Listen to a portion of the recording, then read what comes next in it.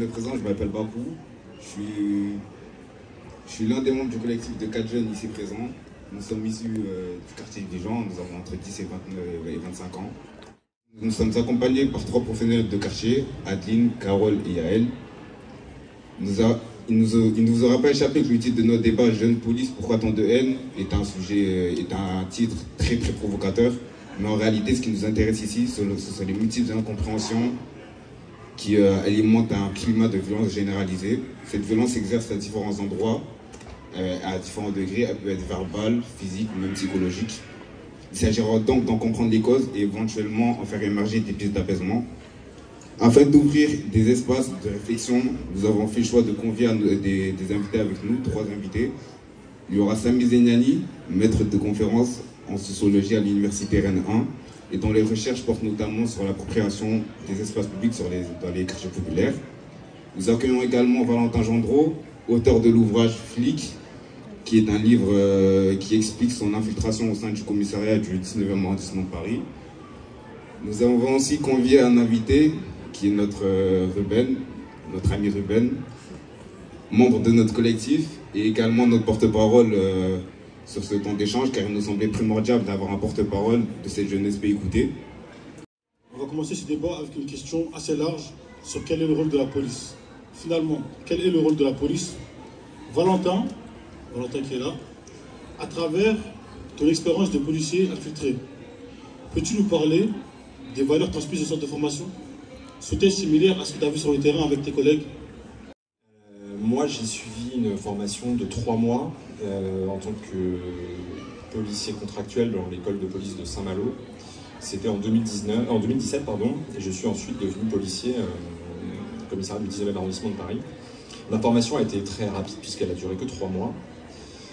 Et pour répondre à ta question, Stan, ce qu'on nous a appris durant ces 3 mois, c'est avant tout une formation qui est répressive. C'est-à-dire que on nous a beaucoup appris tout ce qui concerne les contrôles routiers, des contrôles d'identité dans la rue, savoir menotter, savoir faire des palpations. Il y avait aussi beaucoup de sport, je sais, si vous me regardez de près, ça ne se voit plus. Mais pourtant, c'était le cas, c'était 6 heures de sport par semaine. Donc on est quand même pas mal sur de la boxe, sur de la course à pied, sur du self-défense et ce genre de choses, et discuter calmement en uniforme dans la rue avec des gens que l'on ne connaît pas, c'est quelque chose qu'on n'apprend absolument pas lorsqu'on est en école de police. Voilà, pour répondre à ta question. Bon, mon besoin en tant que jeune de quartier, c'est d'avoir une police de proximité. Mon besoin est, comme n'importe quel citoyen, d'être protégé, pouvoir les appeler en cas de besoin et se sentir en sécurité quand la police vient. Quand on rencontre la police, qu'on soit en sécurité et non en crainte. Merci, déjà merci de m'avoir invité à cette initiative, je suis très content d'échanger avec vous. Donc en fait, dans ce qu'on a entendu dans le discours de Ruben, c'est un sentiment d'insécurité en fait, finalement, de la part des jeunes quand ils sont en contact avec la police. Et ce sentiment d'insécurité, en fait, il structure l'expérience de la vie des jeunes des quartiers populaires dès leur enfance. C'est-à-dire qu'il y a même, je dirais, une culture qui se construit dans l'esquive des contrôles policiers, des arrestations, etc.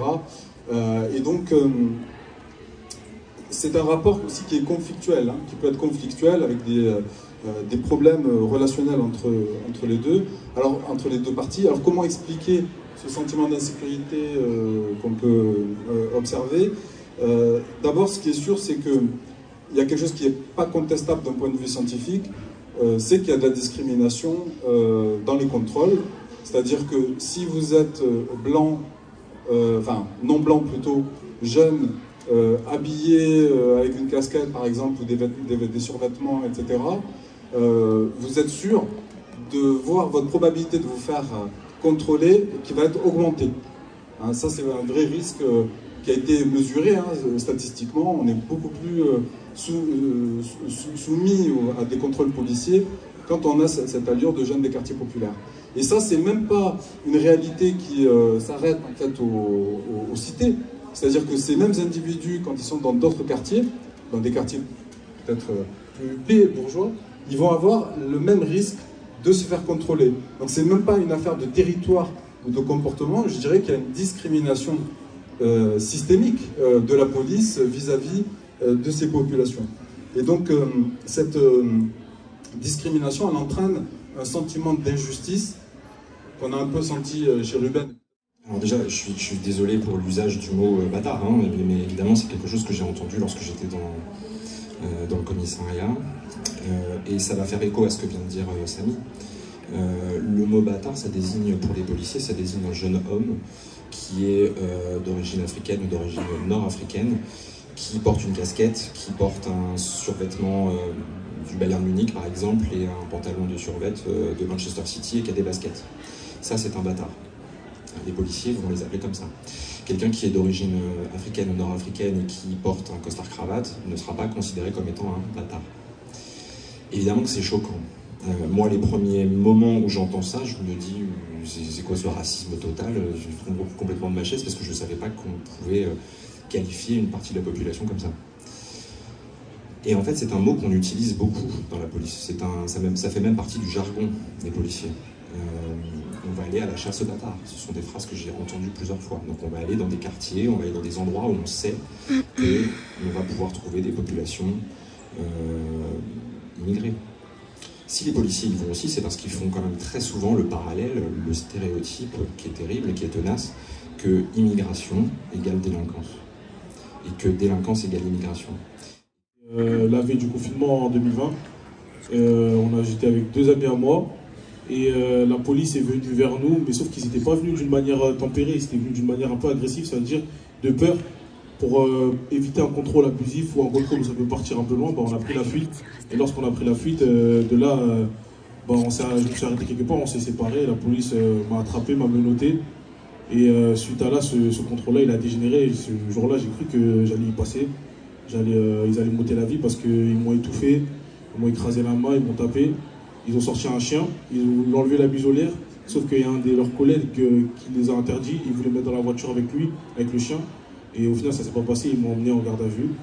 Et depuis ce jour-là, quand il y a des policiers qui venaient après ce contrôle-là, j'ai continué à sortir avec mes amis. Et quand on voyait les policiers, on faisait tout pour les éviter. Donc, du coup, ils sont dans l'adrénaline de l'intervention. Donc là, l'adrénaline de l'intervention, c'est un temps qui est assez particulier, c'est-à-dire que là, il n'y a pas le temps de réfléchir. On y va et on fait usage de la force. Les policiers sont là pour faire usage de la force. Et dans ces cas où ils font usage de la force, évidemment, il y a le risque que ça parte en cacahuète. La grande différence quand même notable, je trouve, sur ces dernières années, c'est que maintenant, de plus en plus d'interventions de police sont filmées par des habitants. Ça change carrément la donne. Parce que ça veut dire qu'on amène les preuves. Lorsque vous avez des violences policières, c'est toujours le même problème. Si c'est la parole de l'un contre la parole d'un policier, c'est toujours le policier qui aura gain de cause à la fin. Si vous avez une vidéo, on a vu par exemple récemment avec le drame terrible autour de ce qui est arrivé à Naël, en région parisienne, là il y a des vidéos. Là on montre et on voit que les policiers ont fait n'importe quoi et ont commis une réelle violence policière. Donc c'est, à mon avis, une forme de solution, c'est pas la meilleure, mais elle appartient au monde des solutions. Et moi, ce que je souhaite à titre personnel, c'est qu'on rétablisse la police de proximité qui permet, comme je l'ai déjà dit, de rétablir le lien entre la police et l'ensemble de la population. Et à terme, ça a un effet complètement bénéfique, c'est que le niveau de confiance des habitants pour sa police ne pourra qu'augmenter. Et qu'on limite aussi les risques de bavure, les risques de violence complètement illégitimes dont font parfois l'objet des gens comme Ruben, par exemple. Question pour toi, Samy. Quel lien fais-tu entre l'occupation des jeunes de quartier et de l'espace public et les conditions de vie dans nos quartiers? Il y a aussi un amalgame qui existe entre, je dirais, des regroupements juvéniles dans la rue, dans l'espace public, et la question de la délinquance. C'est-à-dire qu'on considère que les bandes sont uniquement porteuses d'actes délinquants. Et on les voit uniquement à travers ça. Or, en fait, c'est plus compliqué que ça, parce que c'est l'idée, en fait, d'occuper l'espace public, de mener, on va dire, une vie sociale dans son quartier, ou dans la rue en général, c'est pas quelque chose de nouveau, c'est quelque chose de très ancien, en fait.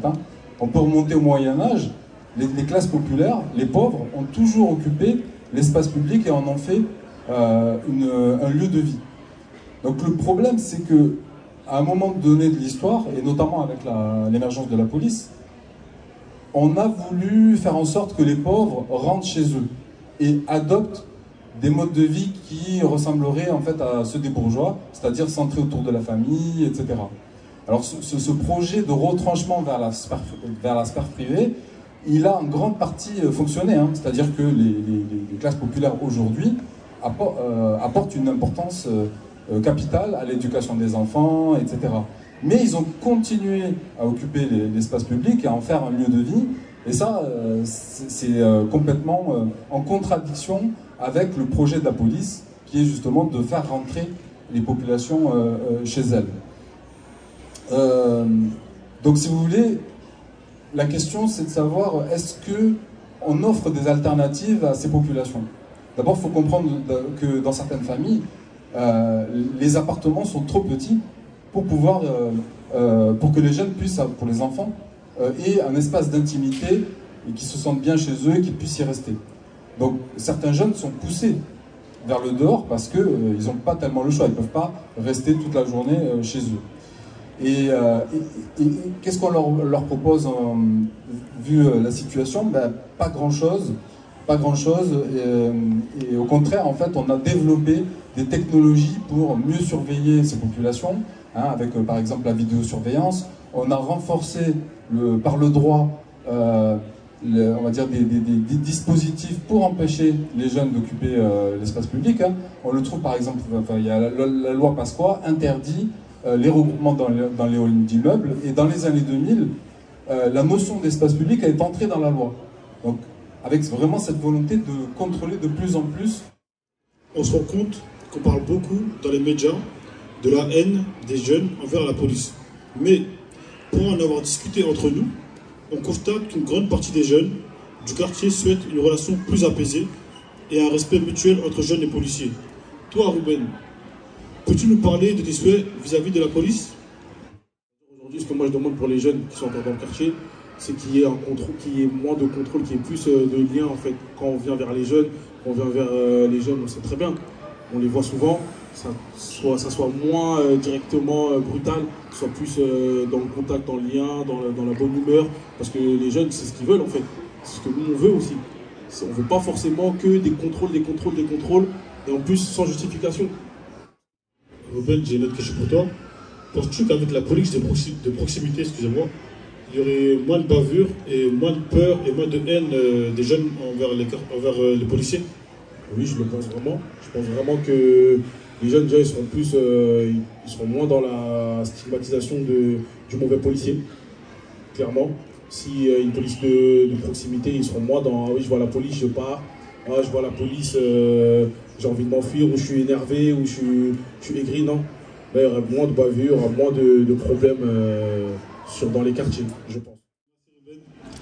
Pour conclure, Samy, penses-tu qu'il soit possible de renouer du dialogue entre les jeunes et la police? Quelle piste d'amélioration selon toi? Alors peut-être la question c'est plutôt, est-ce que c'est possible de... Comment faire pour nouer? Parce que est-ce qu'on peut parler de renouer au sens où je suis pas sûr que ce dialogue ait déjà vraiment été établi en fait, hein.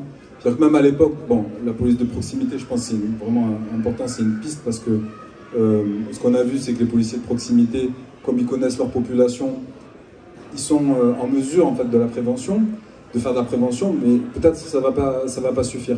Ce qu'on voit quand même, c'est que on a aussi des politiques aujourd'hui qui instrumentalisent la question des quartiers populaires à des fins électoralistes.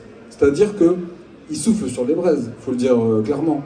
Donc pour moi, là aujourd'hui, la solution, c'est l'engagement politique de la part des jeunes. C'est-à-dire, il faut que les jeunes des quartiers populaires arrivent à faire entendre leur voix et à défendre leurs intérêts.